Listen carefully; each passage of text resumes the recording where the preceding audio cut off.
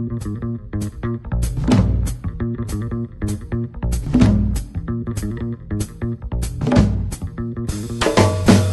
que je veux vous montrer aujourd'hui, en fait, c'est comment on va pouvoir tirer profit et parti positivement de services proposés par d'autres, et des gros en plus, hein, d'autres opérateurs, entre guillemets. Hein.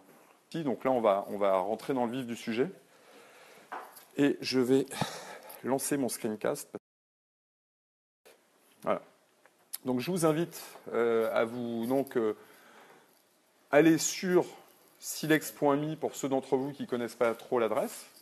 L'intérêt pour nous, quand vous y passez, c'est que ça nous fait 2-3 petits compteurs de plus en termes de statistiques, ce qui n'est jamais négligeable. Et donc sur silex.me, vous cliquez sur Start Now. Donc pour l'usage des codes embed ou des widgets.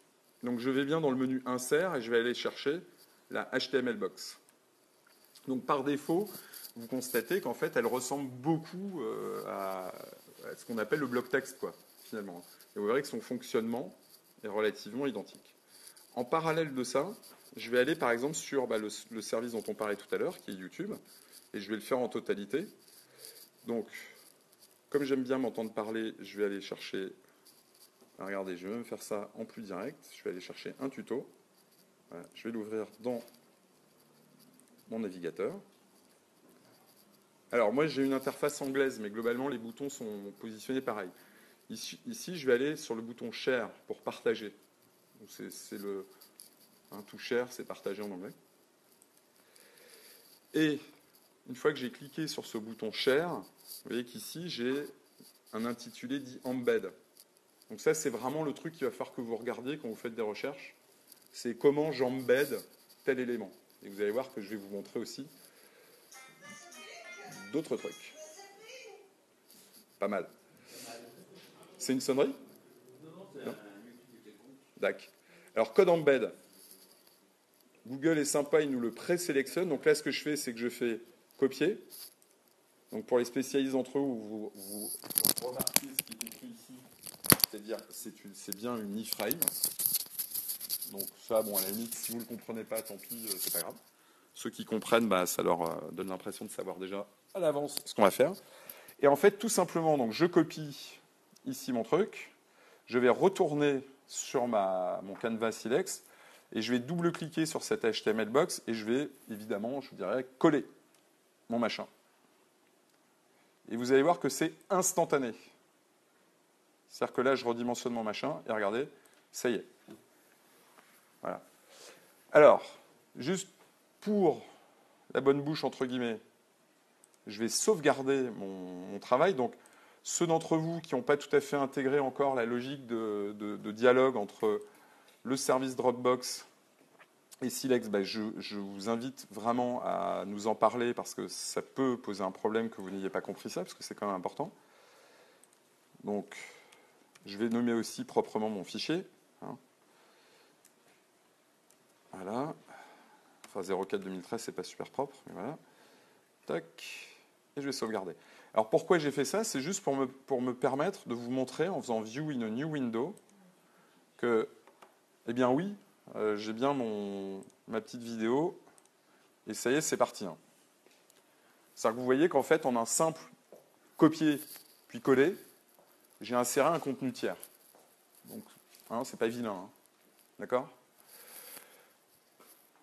Ça bouge, hein, voilà. Ouais. Et puis il y a du son, tout ça, tout ça. Alors, ce que je vais vous montrer par ailleurs, si vous voulez, c'est... Donc ça, les quelques spécialistes que nous avons parmi nous savent déjà, mais c'est pas évident. Donc ça, je vous demande de le regarder aussi. Donc pas ça. Voilà. Voilà le code que j'ai copié à l'instant, donc le fameux code embed que j'ai copié dans ma publication Silex, qui est là. Donc je ne vous demande pas de comprendre hein, vraiment ce qui se dit. Par contre, j'attire votre attention sur ces deux points. Et vous allez voir qu'on va manipuler, entre guillemets, un tout petit peu les codes embed. C'est-à-dire que vous avez vu sur la page dans laquelle nous avons inséré donc, notre vidéo, que cette vidéo, finalement, elle a une résolution. Hein, la résolution, c'est sa dimension, mais en pixels. Hein, c'est comme ça qu'on dit. Et que parce que c'est clair que dans certains de vos projets, ça sera par exemple trop petit ou trop grand. En tout cas, la probabilité que ça rentre pile poil dans votre gabarit de site est quand même faible. C'est-à-dire qu'on a toujours envie que ça soit différent que ce qu'on nous propose par défaut. Donc une autre dimension. Eh bien, dans le fameux code embed, ce que j'ai surligné en bleu, c'est la résolution de ce qui va être affiché dans notre publication Silex. C'est-à-dire que le code que nous fournit Google pour ça par défaut a déjà une dimension. Vous imaginez bien que s'il y a des valeurs ici, c'est qu'on peut les éditer. Donc l'exemple type qu'en général nous on manipule, c'est que, et je ne vais pas rentrer dans un discours de spécialiste, moi je vais mettre des coordonnées relatives, c'est-à-dire que je préfère travailler en pourcents, parce que quand on est en pixels, on est ce qu'on appelle en absolu, d'accord ?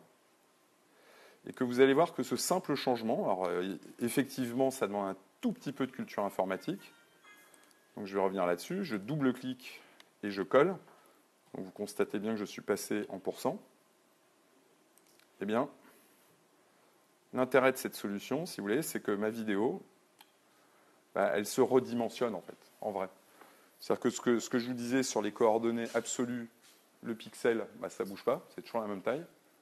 Par contre, dès lors que je passe en pourcents, vous voyez que... Par contre, on ne redimensionne pas le player, hein, les éléments play post-stop. Hein, c'est juste l'encombrement de la vidéo en elle-même. Donc, deux informations, outre le fait d'utiliser un code embed dans Silex. La première, c'est que c'est vraiment le terme-clé quand vous voulez faire des recherches. C'est bien embed. Et vous verrez qu'il y a un code embed pour à peu près tout. Hein, parce que la folie des widgets, c'était plutôt il y a quoi ? Il y a 3-4 ans à peu près ? Je sais pas, 4-5 ans ? Enfin, il y a eu un moment quoi, où tout le monde parlait widget, donc là on y est, quoi. Donc voilà. Donc l'intérêt, évidemment, hein, c'est que si vous avez, comme nous, dans le WordPress, qui est, voilà, c'est l'exemple type d'une page qui n'est pas super jolie, nous, dans le WordPress, on n'a pas vraiment le choix, en fait. Hein, enfin, je ne sais pas si tu as déjà testé dans WordPress le fait d'insérer du YouTube. Je ne sais pas si on peut passer en relatif. Je ne suis pas sûr. Hein. Voilà, bon. C'est presque un détail, mais sachez que par exemple, si je voulais faire ma page de tutoriel vidéo de Silex dans Silex, je pourrais faire une maquette plus jolie que ça. A priori. Sans grande difficulté. Donc deux informations, code embed, et deuxième information sur les codes embed en eux-mêmes. N'hésitez pas à juste jeter un coup d'œil sur ce qu'ils disent. Hein. Width, c'est height. Height, c'est hauteur, largeur. D'accord ?